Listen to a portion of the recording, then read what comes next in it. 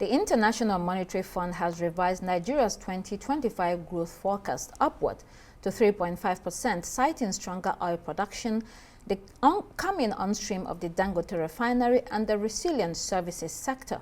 However, the IMF warns that per capita growth remains weak, inflation is still elevated, and the external environment remains uncertain. The fund has praised recent policy efforts to unify the exchange rate and phase out fuel subsidies, but urged the Nigerian government to improve revenue collection, strengthen public finances, and expand social safety nets to cushion vulnerable households. It also advised continued reforms in energy, trade, and governance to unlock key investment drive and sustainable inclusive growth. Well, for more on this and the government's economic strides, we're joined live in the studio by Mr. Tope Fashua, Senior Special Assistant to the President on Economic Matters. Thank you for joining us live on Arise News. Thank you very much, Dr. Fashua, Special Advisor to the President. Oh, okay. Point noted. Now, to the big issue, the nation's economy, the welfare and the fate of Nigerians on the street. The IMF has reeled out its forecast on Nigeria, but the rhetoric still seems to dwell more on stability rather than substantive growth in the nation's economic sector. What do you make of this indices? Yeah, thank you very much, and thanks for the invite. So essentially, it takes a lot for organizations like the IMF, World Bank, and a few of the other international institutions to revise growth upwards because they're very conservative in terms of their projection. We who are here on this other side are the ones that know what we're thinking about and what our hopes and dreams and efforts are. So usually we'll be slightly more aggressive in terms of our projections. For the IMF to have moved from 3% to 3.4%, and I also saw 3.9% by the end of 2025, is quite significant for Nigeria. But mind you, Mr. President has not been in office for 3 years yet. It's going to be 3 years next June. We were still in October, so it's not even 30 months yet. And we've been able to achieve stability thus far. Remember also that when Mr. President came in, we were coming from a negative position. We were still even suffering from some of the fallouts of COVID-19, which happened in 2020, lockdown the whole of 2020, almost the whole of 2021, even parts of 2022. It must be said, it was a tough time for every country in the world. It was a global recession. Our countries had to borrow a lot of money just to survive. A lot of countries even went into what's called ways and means and printing to spend in many foreign countries that we look up to, UK, the whole of Europe, US. They were sending money to people by mail. For people to just survive. Anyhow, so Mr. President came in at that point in time and had to take some very serious decisions in terms of the reforms. And I think he has, we are beginning to see that stability. Now you're asking for growth. So you have to be methodical and things have to go one after the other. It's just like having a baby today and expecting that child to get a job in 2 years' time or in 1 year time. You have to allow the baby to grow, to stabilize, and then you begin to look for those ambitions. So I'm saying that it's too early, indeed, whereas it's rather early for us to be asking, but where's the growth? Where's the growth when we're talking about stabilization? However, what we're seeing also is that we're already seeing the growth and we're already seeing the gains of the reforms. 4.23% last quarter growth with a view to taking it to about 5% before the end of the year. We're outstripping all of the projections of the IMF and the World Bank. And in fact, the truth is, a Nigerian story must be told. We sometimes get too cynical about who we are and what we can do for ourselves. Okay, now let's look at it now. And the World Bank made its projections and also the IMF, and both of them are quite similar in its narrative. When we look at the narrative of policy to people, from policy paper to the public plate, hunger, they say, don't lie.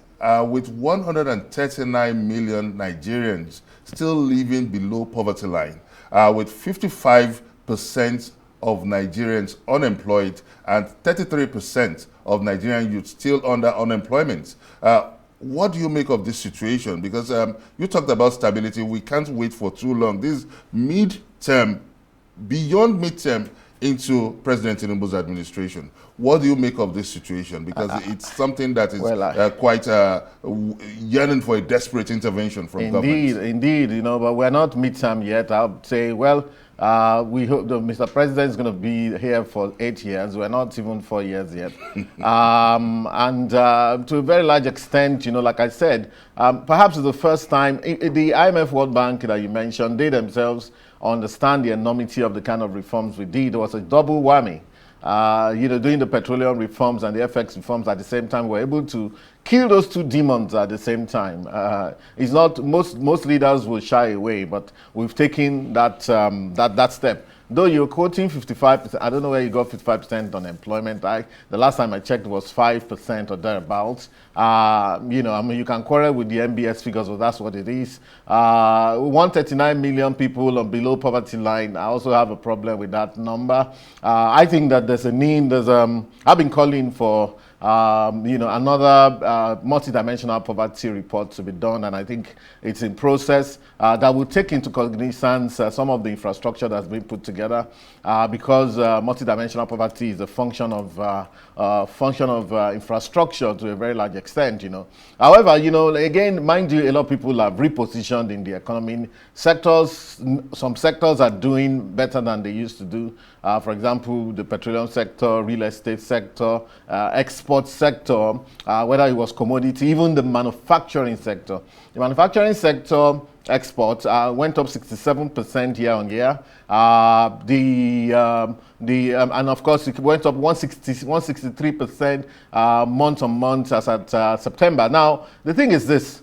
Now, the truth is, unfortunately or fortunately, we live in a world that actually takes no prisoners, and Nigeria is part of the global community. Nigeria does not. Nigeria itself. Let me land on. Let me land on. No, we need to set the record. You're going to do that. You're going to do that. Let me land on this. You know, you're kind of cutting my thought process. So essentially speaking, you would do that actually. You know, to say Nigeria is part of a global economic system, and essentially Nigeria is not getting anything for doing nothing. Nigeria will get paid for what it exports, whether it was commodities or manufactured products or anything, or services that it produces.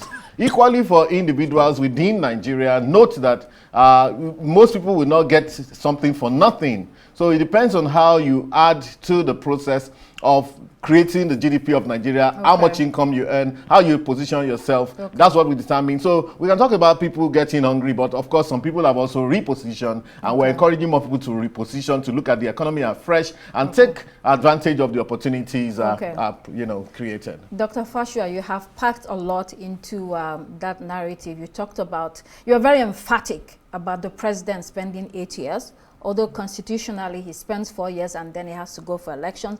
And then you disputed the level of poverty in the country. You also talked about only 5% unemployment rate in the country. That's according to the MBS. You said, although we know that it's more than 5%. But let me land. Can I land with the question? Let me land with the question. However, let's also come to spending concerns, which is part of what was in that report. Can you also share with us or talk to us about areas and sectors where you are showing fiscal responsibility and controlling how the government and public officers are spending? Because we've known that there is a record of reckless spending. Well, maybe you're talking about maybe the Oxfam report, or, you know, and of course Oxfam is not our own bureau for statistics.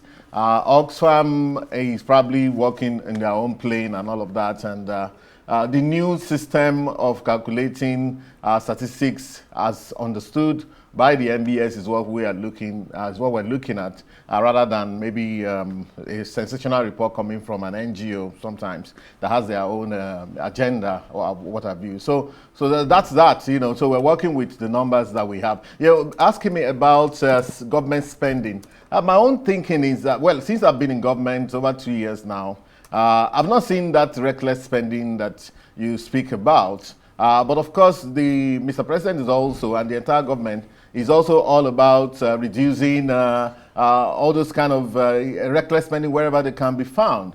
I personally, in my own little office, I don't see that kind of spending. I mean, we run governments with the minimum level of costs. And that's what it is, So can you give us class examples? Oh, classical example, yeah. I drove myself here in my own car. I don't have an official car. I'm a special advisor to the president, so you can take that to the bank. And if I know my job that I'm doing is a sacrifice because I know where I'm coming from. I had my companies, before I came into government. So starting from my own perch, my own seat, I see that cost saving.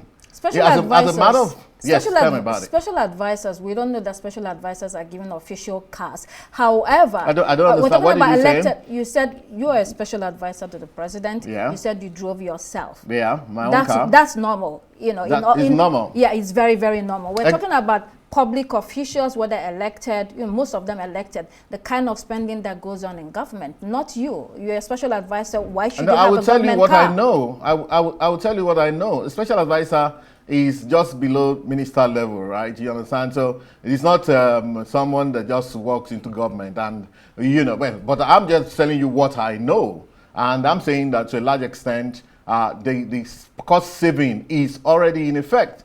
And we're not reckless spenders in this government. But you may have examples. If you have examples, let me know. But it's not enough to just allege because anybody can get sensational. And even this new idea of, we talk about poverty, I'm beginning to liken it to that South African photographer who took a picture of that child in Somalia who was about to be eaten by the vulture for the clicks. So the man had to commit suicide because you could have saved the child, but you wanted the sensation. So when we push this idea, everybody is hungry.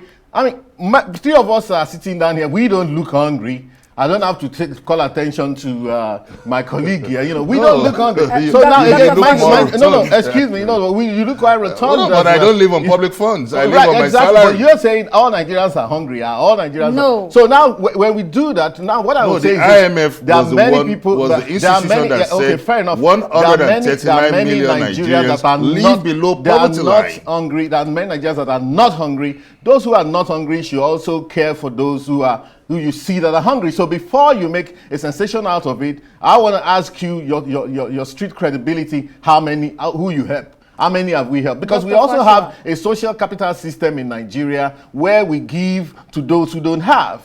So most people in Nigeria, almost everybody in Nigeria at least has a meal or two a day and, basics for people to keep moving. Dr. Fausa, let's stay on that spending control.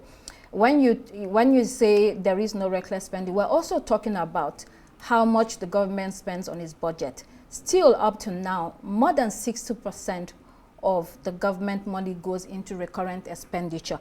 And that is what is expected to be brought down. It's not only about the amount of cars that appointed officials ride or how much those cars cost and maintenance that goes into it. We're also talking about it is very, very necessary. You are an economist and know that if you are spending at least 70% or more than 60% of your budget on recurrent expenditure, it leaves you very little room to invest in the areas that actually will drive your growth.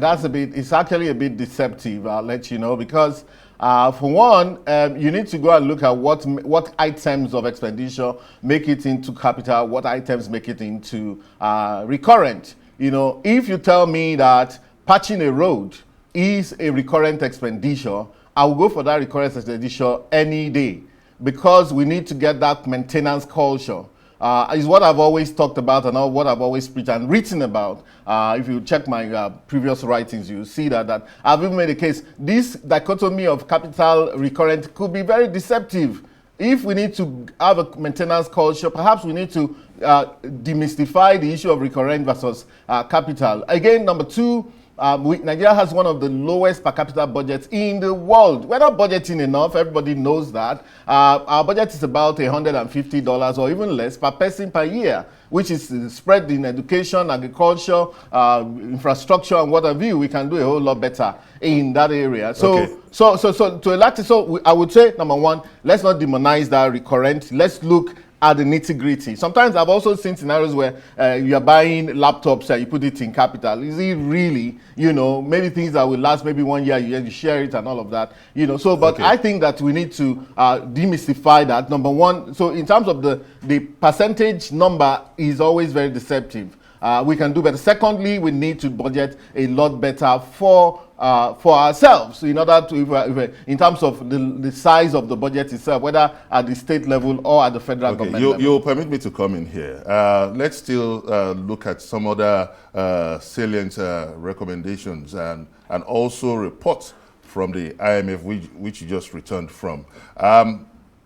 It seems the writing on the wall indicates a strong show of revenue, the country riding on a revenue crisis precipice.